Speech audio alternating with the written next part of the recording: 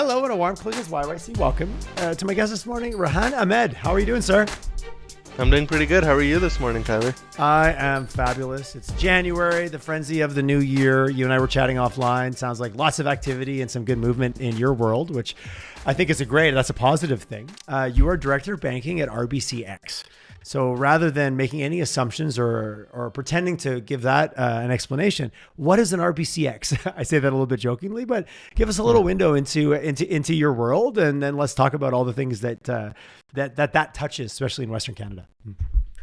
Yeah, I'm happy to give some background there. So, our perspective is within the broader ecosystem beyond like securing capital, accessing relevant advice, solutions that are tailored specifically to the unique needs of Canadian innovators. It continues to be a critical and largely unmet need. And this is especially true for like either first-time founders or underrepresented founders. And this is a gap that RBCx strives to fill. So starting in June 2021, and after having, gone through a couple of iterations of RBCx, the way we like to describe it is we have four pillars. RBCx Banking is where I'm housed. And we primarily work with high growth technology companies all the way from pre-seed, seed stage to IPO and beyond. Happy to spend some time here and after just kind of briefly describe some of the other pillars as well. So RBCx Capital is our fund banking team. So that's where a lot of the VCs that bank with RBC would kind of reside there, and then would primarily deal with RBCx Capital team. RBCx Platform is a team of advisors for non-banking advisory services, specifically to support the growth strategy and operations of our clients. And then lastly, RBCx Ventures is about growing our own portfolio of companies to take on the risk involved with innovation and helping bring these ideas to market for everyday Canadians and businesses. So currently we have about 4 businesses that operate under RBCx Ventures. Just a bit more on the banking team itself. So as I mentioned, I'm part of the banking team here based out of Calgary, and I lead our team for Alberta, Manitoba, and Saskatchewan. Okay, nice. And how we see that is, we want to be more of an extension of our clients' team. We're fortunate enough that we get to work with, the most innovative companies across Canada, specifically in this region. We call them the fastest growing companies. We have an early stage banking team that focuses on companies that have raised like a pre-seed seed round, repeat founders, companies that are going through accelerators, incubators, and then my team that I lead is our growth team, which focuses on Series A plus companies. Okay. And we have specialized advisors within clean tech, life sciences, fintech, broad software that work with companies throughout the country here. So within banking, largely sector agnostic within technology. So as long as they're venture capital backed, and stage agnostic as well, with different teams that support different stages. That's who we work with. From a thesis standpoint, that's a broad. I have so many questions from everything you just said. I love it. From a thesis standpoint, it's just fundamentally built on the fact that these organizations need such a different service set than walking into your everyday banking environment. And I appreciate 2021, a lifetime ago, but not that long ago. How much was that, an initiative directly for RBC to have to say, hey, yeah, we know banking, but this group needs different services. This group needs something different from us. And it's easy to say and maybe hard to do in a large organization like an RBC. Yeah, I think, the one of the things was, I think RBC identified earlier on that this is an area of segment that, it's massively growing across the country. Mm-hmm. There's a lot of venture capital dollars being invested. And every year we're seeing that trajectory sort of go up. We're seeing deal flow go up as well, as compared to the U.S. By percentage every year, we're seeing some deal flow go up. And the idea was, instead of having individuals focused on other sectors and then doing technology on the side of their desk, it's really tough to do that and not having that specialized advice. And then I think, like I mentioned earlier, the general sentiment of the founders in the ecosystem was, when they're talking to somebody, they don't necessarily understand the trajectory, the journey, and everything that the founder is facing, right? So then come a platform like this, like this is all we do. We, eat, breathe, sleep technology. So and then we're really, we're attending events, we're in the ecosystem, we're working with companies that all they're doing is, they're now raising an A round, now raising a B round, now they're hiring, a CFO where they haven't had a full-time finance function in their team. So we're seeing that our clients going through similar journeys over and over again, which better equips us as advisors to kind of help and talk about that space. How much, and this is maybe a philosophical question a little bit, you being involved is the length of time you've had, and kind of even what you just said. How unique, but how similar is it? Like, it sounds like you're seeing like it sounds like it is very consistent, even though each organization is kind of going through their own journey. I'm assuming you start to see a lot of patterns emerge. Yeah, you see patterns emerge. There are a lot of unique, I would say, things as well. Okay. And Yeah. then you start to see patterns across maybe some industries as well, right? So if you're talking to a Mm. clean tech company, maybe they're going through a similar journey as another clean tech company, a software company going through another similar journey as another software. Fintechs have similar regulatory challenges or burdens that they're going through. But at the same time, I think there's some advice that could be broad applied to all those sectors as well, Yep.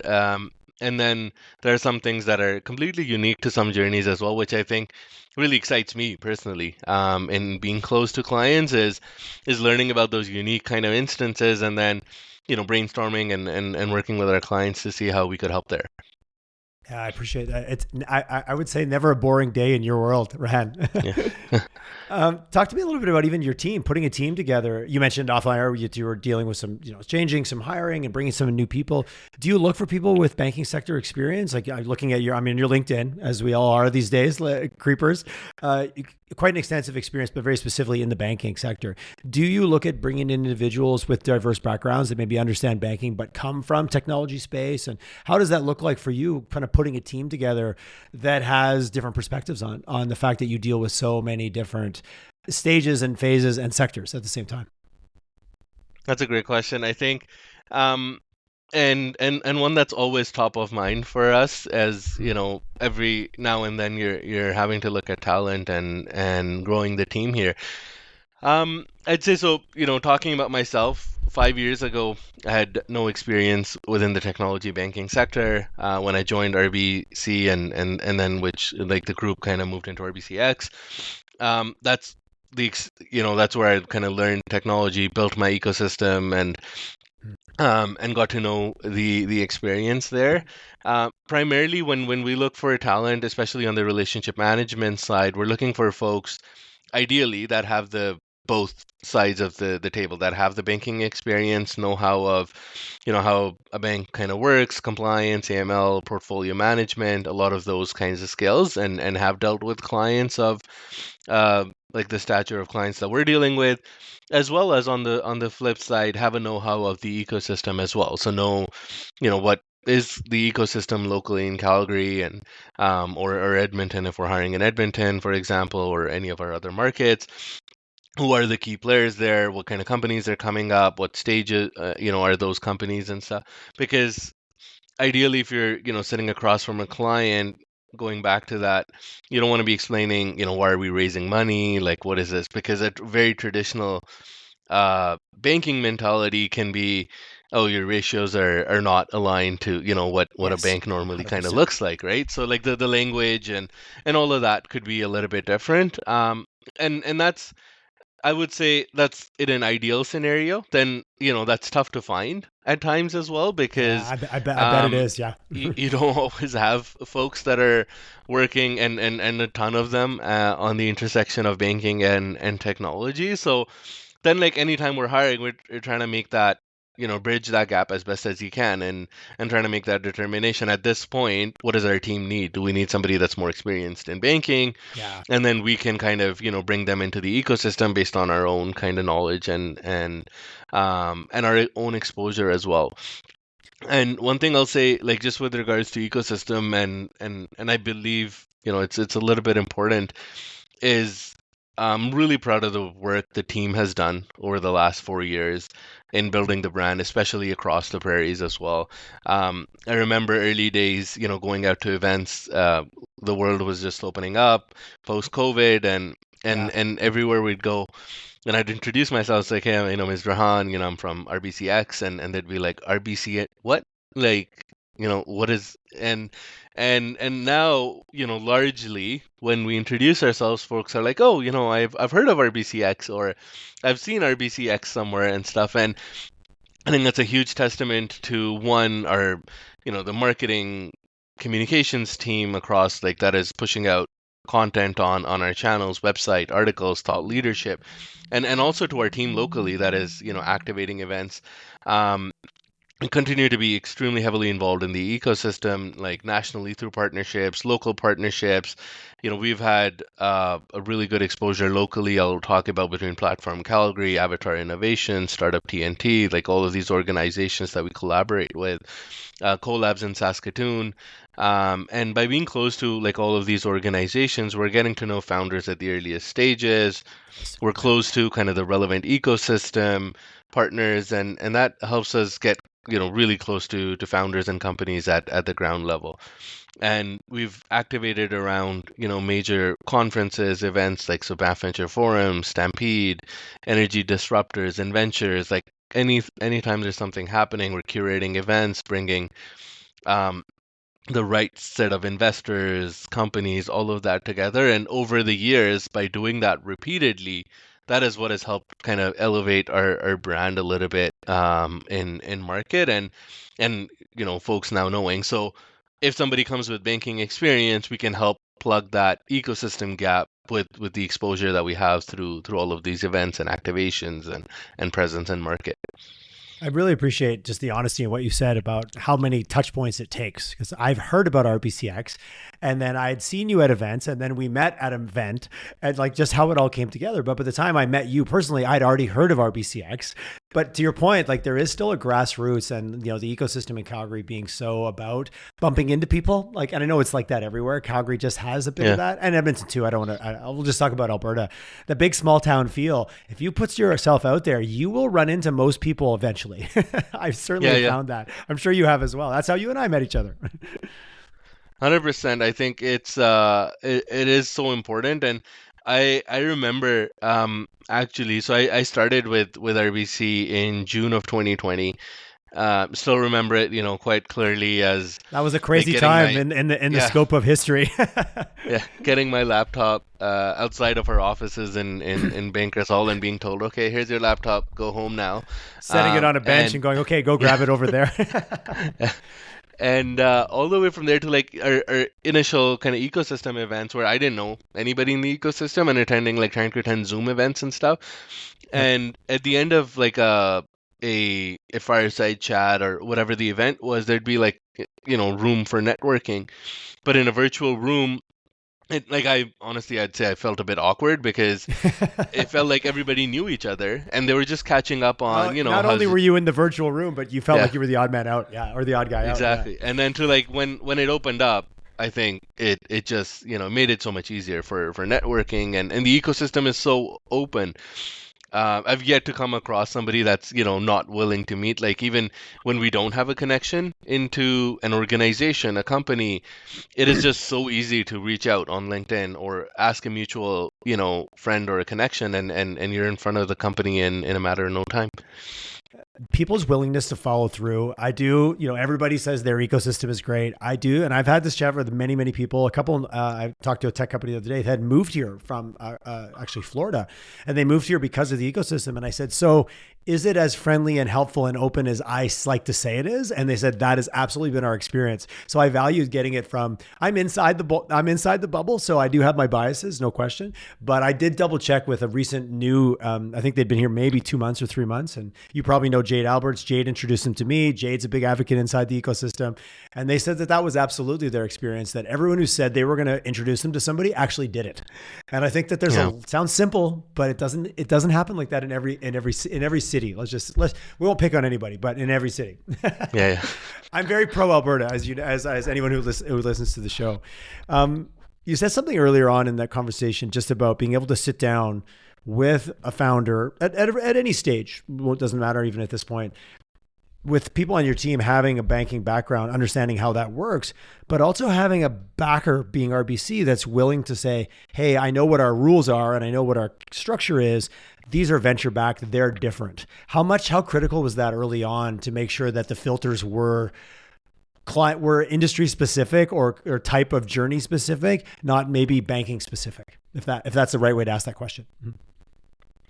Yeah, and just to clarify more on the client side of things, like making sure are we serving the right clients More is so, that if I walked in, if I'm a startup in seed round and I walked into a typical bank any day of the week, anywhere, any of the big brands, and said, I'm a startup, the things they're going to ask me for, I probably won't have.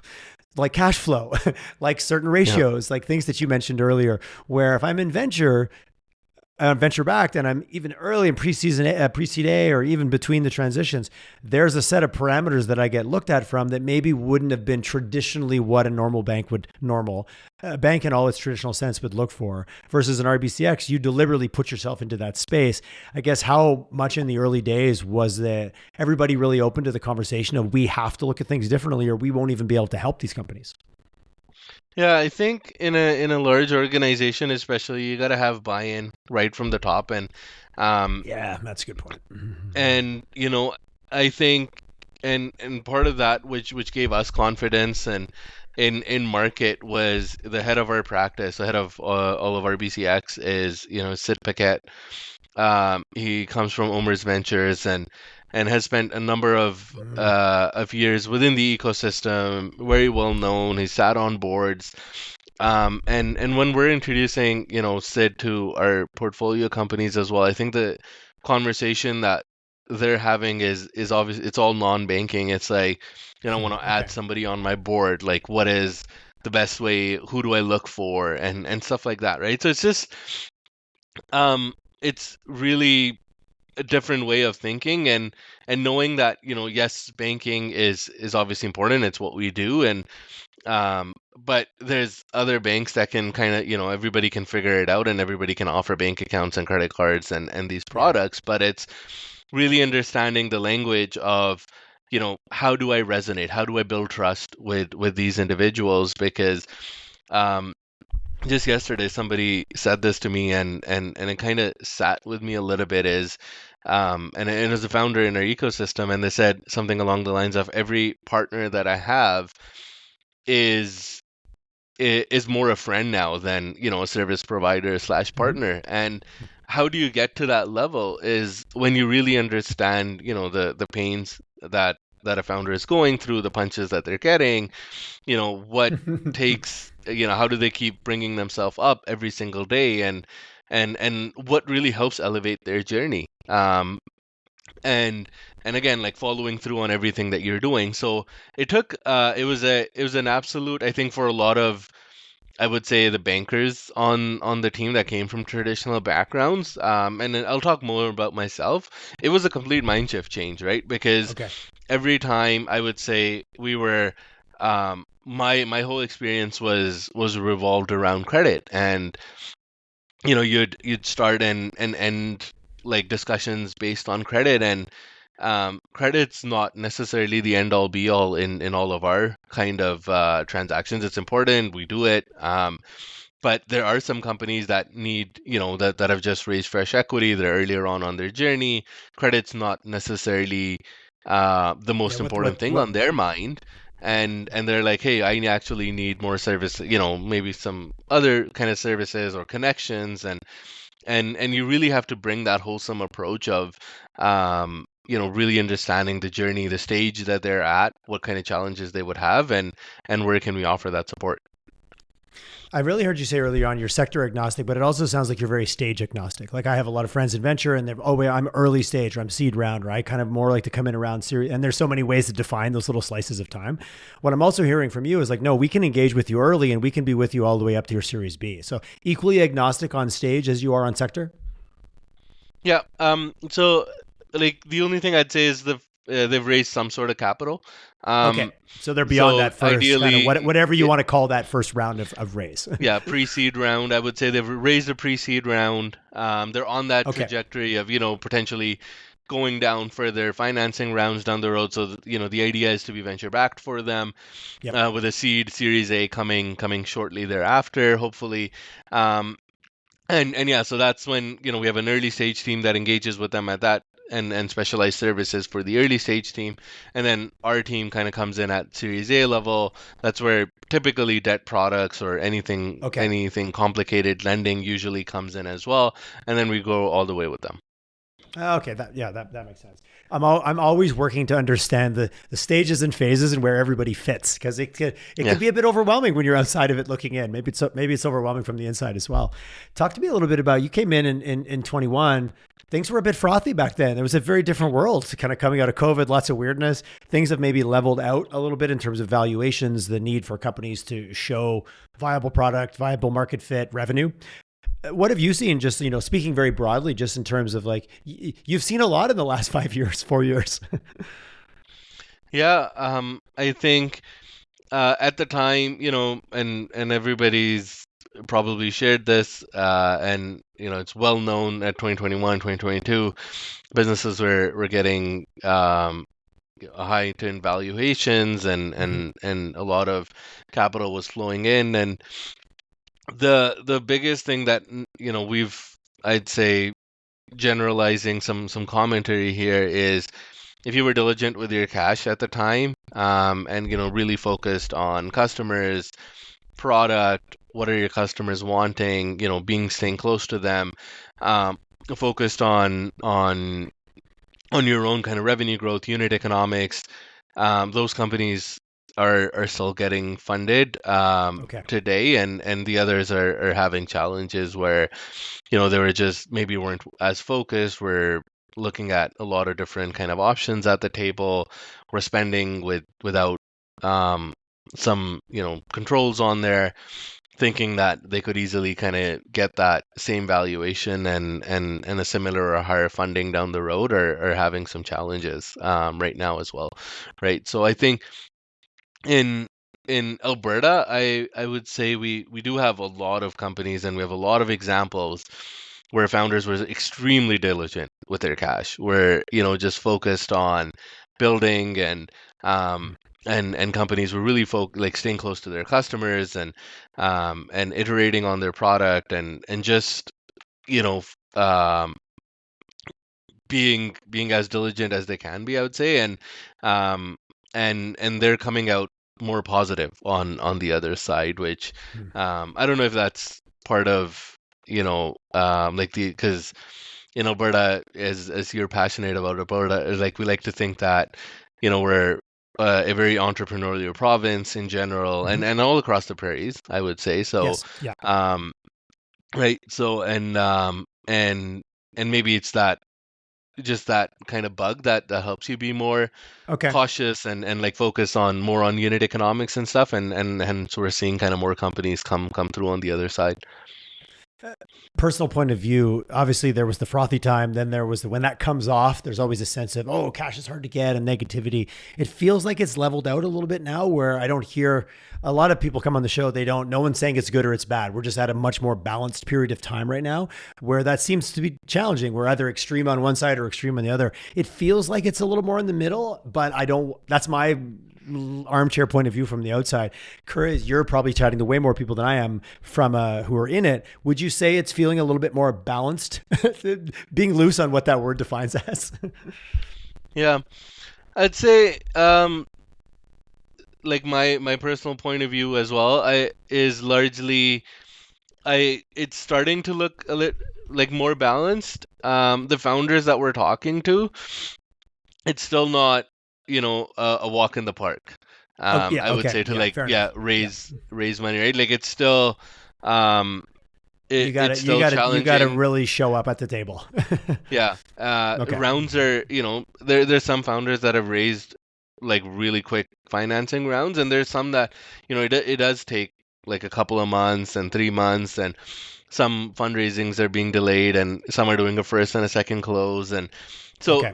we're seeing a whole mix of data, I would say. I was looking at, just like when obviously every quarter CVCA reports come out and stuff, and um, like number of deal flow is, in Alberta this year is comparable to last year. I think we had about 86 or 87 deals in Alberta in all of 2023, and 2024 Q3 year to date there were about 61 deals. Oh, So, interesting. Okay. maybe I think just annualizing that will end at 90, 91. So, it's not that different. Like it'll be Yeah. uh like four or And the five val and more the deals. value and how many made up what portion, and like, there's so many more layers to that number Yeah, to actually understand what it means. Because 100%. And sometimes like, you can have a couple that make up the lion's share of it, and then you have a bunch of small ones. There's always yeah, more layers to the data, I guess, is the point on that one.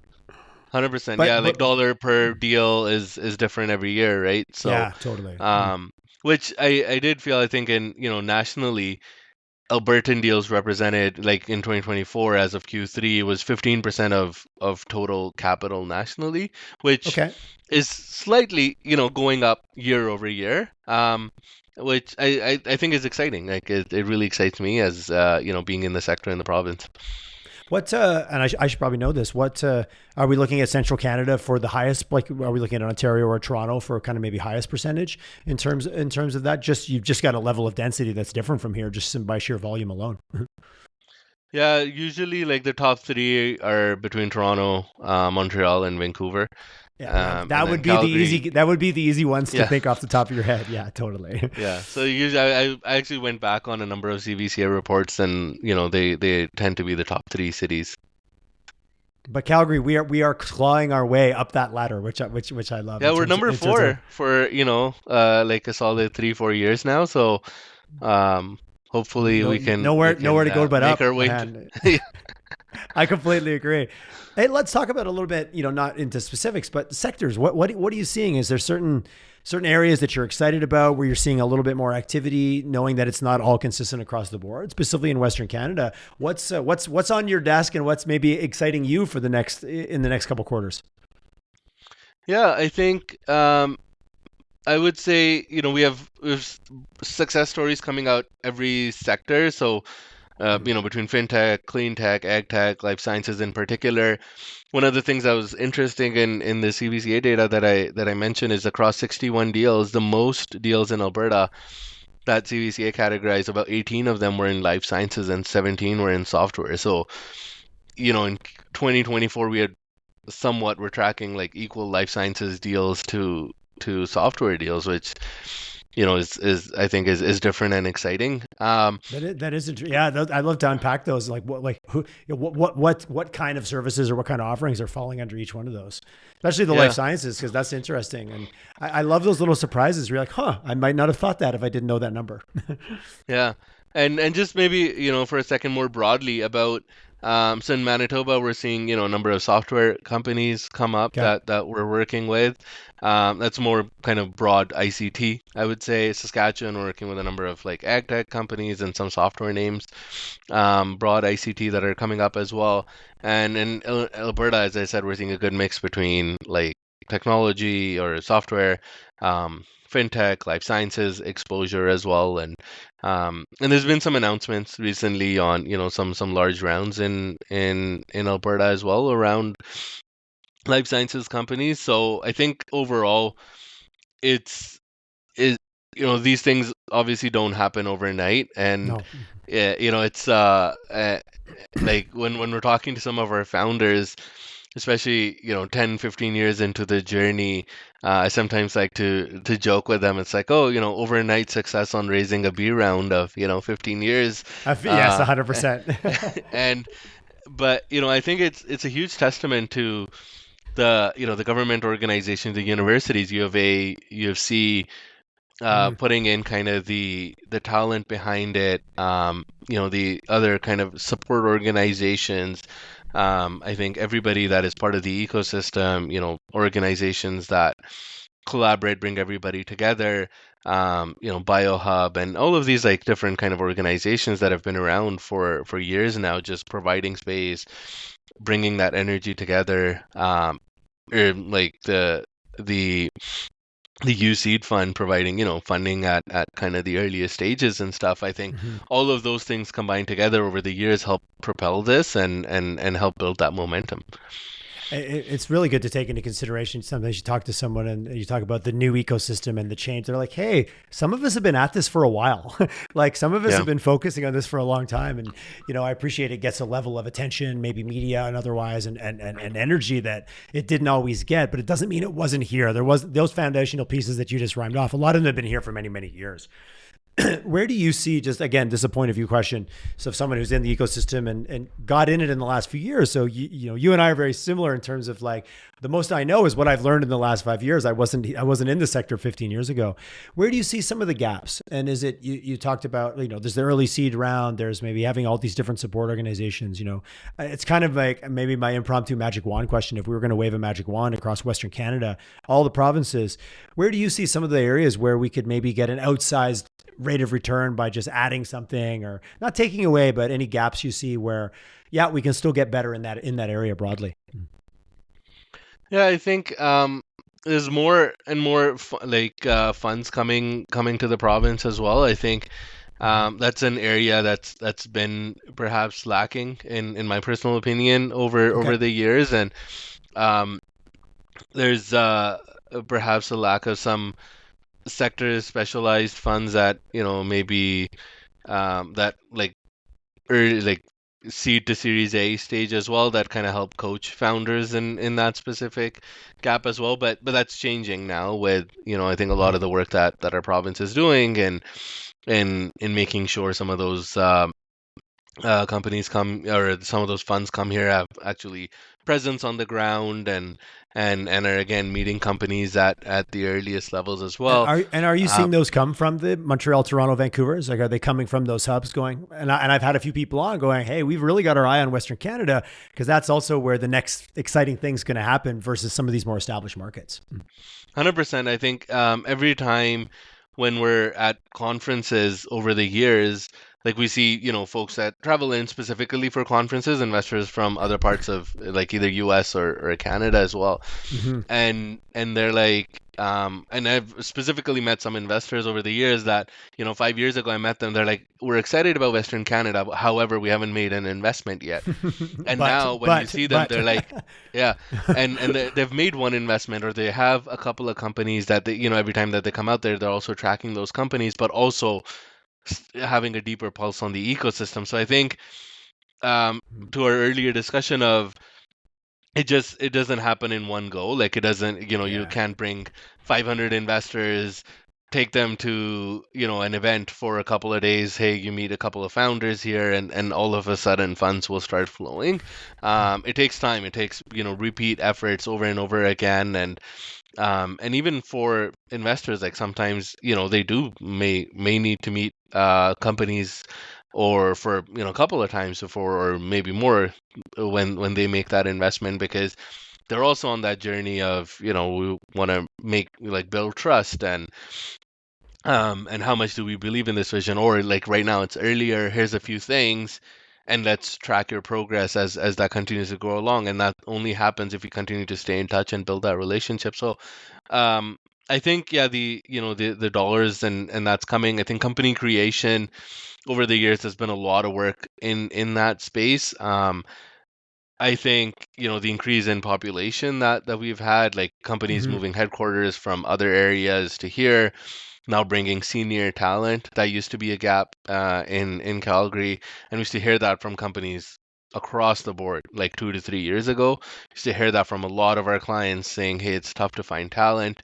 Um, and now you have, we have actually RBC over the years has so RBC has a Calgary Innovation Lab, which works, it's primarily tech and operations for RBC, but over the years it's hired about 400 developers and engineers from local kind of schools and stuff, and that work in Bankers Hall in Calgary now. And the idea is to continue growing that practice here so that there's more talent in our ecosystem here, and then Yeah. our clients, and there's RBC's one name. There's so many others and we were talking about offline. Some companies that have moved their headquarters here as well. Hmm. All of those bring talent with them as well that helps just enrich talent in the ecosystem overall. So I think those were kind of the two biggest gaps that are slowly starting to get filled here. I couldn't agree with you more on the talent. I used to hear on the show often I'd be, a founder or, even a more established company would be trying to bring a more seasoned, mid to senior level person. And the biggest question was, well, great, but where's my next job going to be? Like, I'll come for this job, but I don't see anything else. I'm not hearing that anymore. Some of the hiring managers or some of the founders I've talked to, that when they have conversations, someone can see their future here, not just the one job here. And that's a big factor when you're mid-career moving your family. Like, those are Yeah. real life. Those are life decisions. The job is only one part of that whole package. And yes, I'm very biased to Calgary and it's awesome and all those things. But at the Yeah. end of the day, if you're going to pick up and move your family here, you better see a couple moves down the road as well. No, 100%, I agree. Yeah, no, it's and I appreciate what you said about just that seed series, or like those some of those gaps or that earlier stage funding. Things I heard 2 or 3 years ago that we really need. I'm now talking to those people that are filling those gaps. We talked about Toronto, Montreal, Vancouver as easy places. Are we seeing? I'm curious with south of the border. We're not going to have a politics conversation. That's a very hot topic these days. But we've also got to devalue. Like, our dollar's not doing awesome right now. Does that create some interest? I'm just kind of going off on a limb on this question. Does that create some interest south of the border with, like, hey, there's maybe some deals to be had. Maybe there's some opportunities there. I'm always curious about the north versus south of the border, what that view looks like, depending on which side you're standing on. Yeah, we hear that from investors quite a lot. Is some good valuations coming out of Prairie region as well, specifically one because of the dollar, but also I think one like difference that perhaps I've in my experience I've seen here is because of the entrepreneurial culture that we have across the prairies. We have a lot of like businesses that get spun out of either their original kind of agricultural roots, oil and gas servicing Yeah. businesses, other service providers. So these are profitable entities and operations that then find a gap in either technology or Yeah. some sort of operation, and they're like, hey, we could like do this way better. And then like fund it themselves, and or through the profits of this other entity, and get it to they develop their product, they get their first couple of customers, and then they go out and potentially look at now we need scale, now we need, like, if you're there first to market, now we need to like capture that market, and let's go get some external funding. And at that time, like, it's really appealing to investors because those value, like, it's a bit tried and tested. They're getting good valuations on those businesses, and especially south of the border. They're like, some investors are that offer that mix of strategic and potentially the dollars as well can really help elevate that brand, and they're getting that's what we're hearing from investors at times in conversation, is that they're seeing better valuations across the prairies. That's exciting to me, and brings in outside money into our ecosystem. I think there's also a lot of value in that too. Kind of some net new dollars that aren't just the same dollars moving back and forth across the street. How critical is it? And maybe seems trite to say that from a founder's perspective, of finding that right investment partner. Because getting a check is one thing, getting support, getting access, getting, like you talk about, I need to have a conversation. This is different than just, I'm not getting credit. I'm actually getting a partner. How critical is that? And I guess, when you're chatting with founders, is that really on top? Is that a top of mind thought for a founder? Like, yeah, I need money, but I also need all of these other things that will ultimately potentially make my business even more successful than just a check. Yeah, continues to be top of mind for everybody that we talk to. Their founders are repeatedly saying that. And companies at like the later stages, I'd say the primary companies that we work with, Series A, B, and C, a lot of them have options on the table and are looking to, hey, X, versus Y can open more doors for me and is more appealing for me.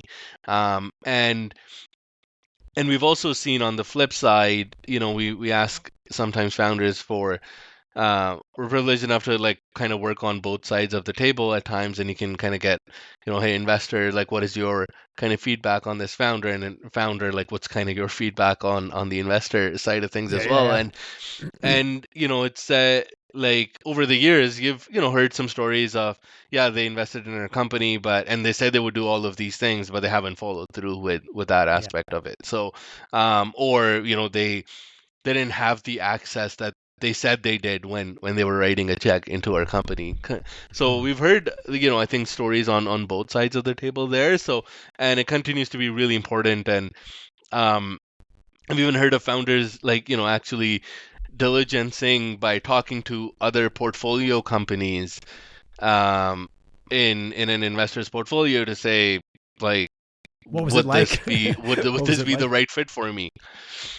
I think that's huge. And I think that's such an important conversation to have. Is it getting more competitive from the perspective of having to sharpen your pencil, quote unquote, as an investor, versus, who's in the power position? I mean, that's a weird way to say it, but it is a power dynamic of, I need the money. We don't want to miss the opportunity. Are we showing up and being the different VC partner, or be the partner you said you were going to do in the pitch deck kind of joke, right? Yeah. Is that, We're would you see that getting more competitive in Western Canada as there's a little bit more sophistication in the ecosystem?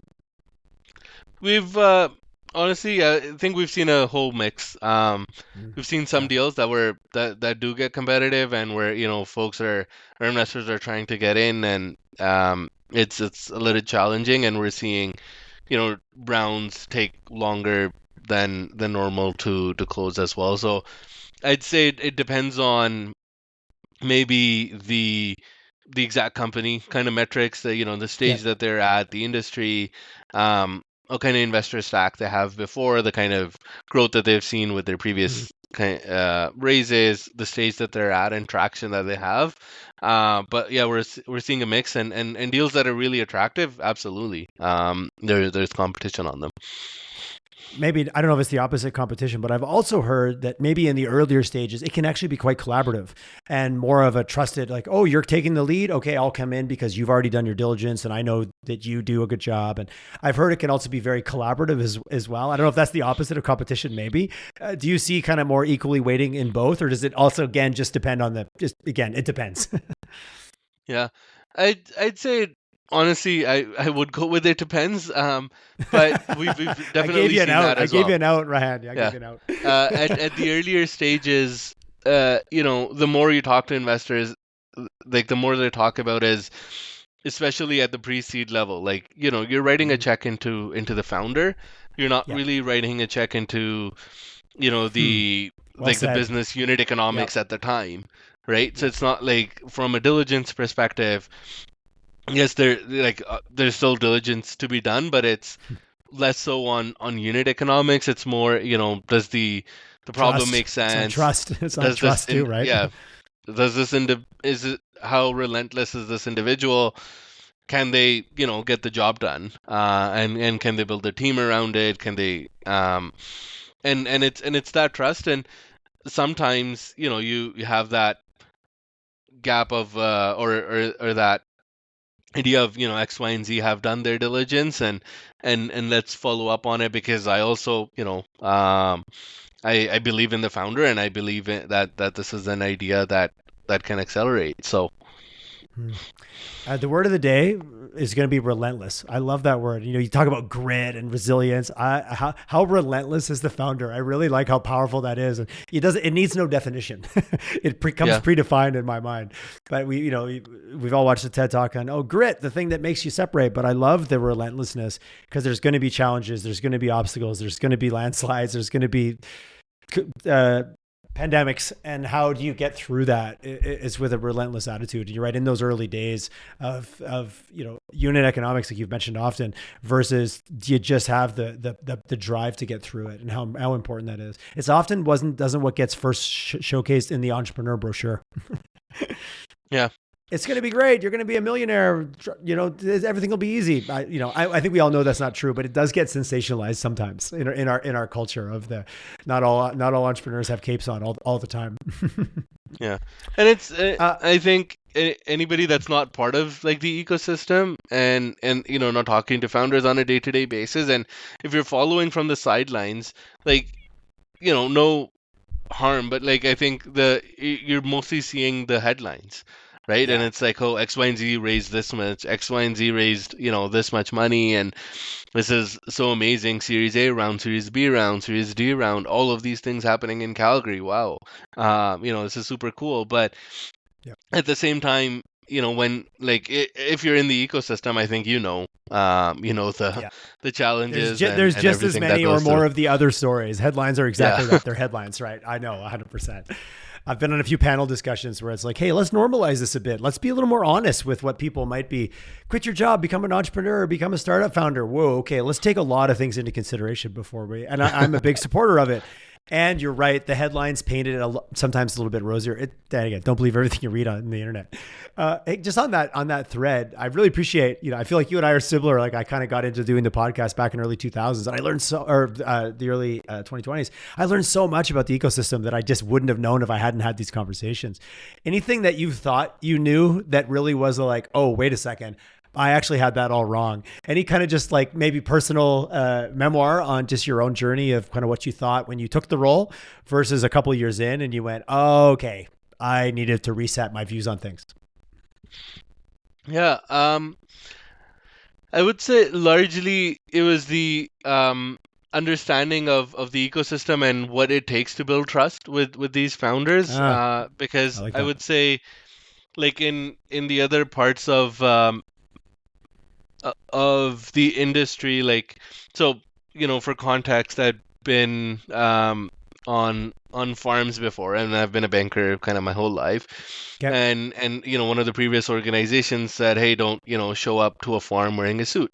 And and when you go see a farmer, like, but at the same time, I think like having some sort of knowledge and about the economic cycles and business environment, like I felt I was always able to kind of get through on a lot of those conversations. And here I felt you had, I like this example of you're wide in the ecosystem, but you're also deep.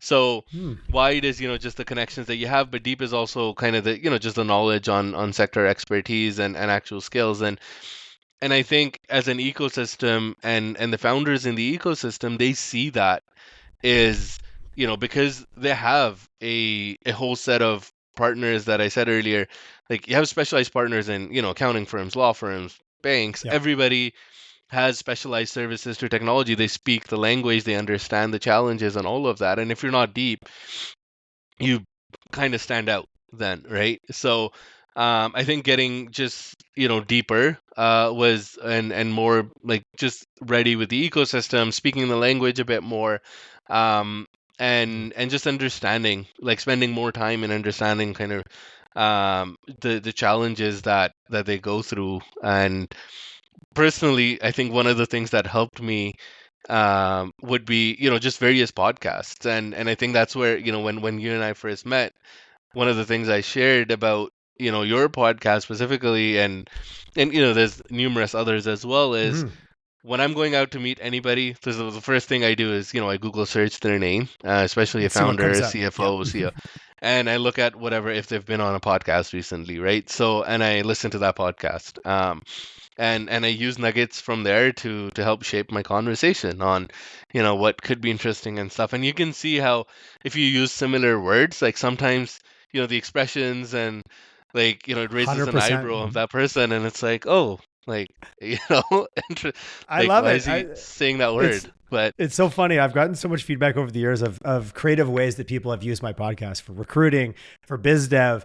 But to your point, it's getting a better understanding to have more empathy and more appreciation for where, like, meet your customer where they are, not where you want them to be. And that usually just means learning more and realizing and trying to put yourself in their shoes in whatever capacity. Not that you ever can do that, but showing up with their agenda in mind, not yours. Like all that is basic, but sometimes it gets overlooked. I think it does. yeah, Taking that 45 minutes to listen to a podcast to go, oh, and oftentimes on a show like this, people by the end, they'll kind of tell you what they really feel and think about things. And that's the stuff that, you got to earn that trust to kind of get inside and go, you want to know what I really think? I'm like, yes, I do. Actually, please tell me. But that's all about kind of showing up that way and not thinking you know everything. And I do appreciate your honesty on that. And really enjoyed our conversation and enjoy your perspective on the ecosystem. And like I said, you and I have crossed paths, and I knew about RBCx and I knew kind of what you did. It makes a lot more sense to me now. And what I really love is your passion for the space. It feels like you're kind of all in on this gig, if I can be so bold to say that. Yeah, honestly, when I first heard about the opportunity, I wasn't quite sure. Because what we've also discussed is I always, because I've been in Calgary for the last 12 years now, so I have a wife, 2 kids, and just kind of all of my professional career has been in Calgary, and I thought, well, getting into technology banking in Calgary, could that be a career? Like what we talked about, what's the next step after that? And now, like 5 years in, like it has been a career, and I continue to see growth within this sector here as well, which is awesome. Like I think it really excites me about the journey we're on as a team, the journey the ecosystem is on, and everything we're doing to continue to build and grow here. I appreciate the honesty of like you are also on this journey that we're talking about. We're not spectators on it, and I appreciate your hope and your optimism that the future will be continue to grow and that there's more opportunity. And when I look at anything economically and any of the indicators, it's hard not to be. And I am biased. I know I am, so I try to put that aside. But there's a lot of positivity in Western Canada right now, and a lot of the business contacts I have. And some people go, "Ooh, Canada, I'm not sure. Maybe there's some choppy waters ahead." Yeah, but we feel pretty good about Western Canada. Everyone throws that in at the end. So I do have a high degree of optimism, but we also know that my skills at predicting the future are shoddy at best. Right. If somebody wants to learn more, obviously RBCx, you guys have a good website, by the way. You have some good content, like the top 75 questions that venture will ask. I was creeping on you this morning. There's actually some good articles in there. So kudos. I know that those articles don't write themselves. Somebody has to put some time and energy into that. So I did enjoy your content mix this morning. So I encourage people to go check it out. I really appreciate that. I think that's a huge shout out to our thought leadership and our marketing teams. I think I personally, I think in my conversations with clients and ecosystem, I actually use that as a bit of a tool. And we I like to share those articles, right? So I think there's a lot on there that is used for founders. I think it also, we do client profiles not to show here's a client that we work with, but more so to help elevate our clients' journeys and stories as well, right? Like this is what they're doing, this is the problem that they're solving, and help promote that through the RBC channels, but also tons of resources for founders. So to answer your question, I think if we haven't crossed paths already, and through our ecosystem work, you haven't met anybody in RBCx already, I'd say encourage you to go to rbcx.com. Nationally, wherever you may be, you'll be able to kind of find the kind of local representation for your region there, as well as sector-specific representation, and or LinkedIn. So my name there Rehan is Ahmad always on, LinkedIn. Yeah, it's the one social media platform that still seems to be a little bit credible, just a little bit. Yeah. Not as much drama around LinkedIn as there's. Yeah, I appreciate that. No, and I've run into you now that I've chatted with you today. I'll probably run into you within the next couple of days because that is the Western Canada phenomenon. But if you're a founder, you're an investor, you're anybody, and there's so many great events and people are really willing to talk to you. Put yourself out there. It's really, I think it's kind of a non-negotiable, really. 100%. I agree. Rehan, absolute pleasure chatting with you. Good to get to know you, and thanks for the chat today. I enjoyed it. Thank you, Tyler. I hope you have a wonderful rest of the day. You too.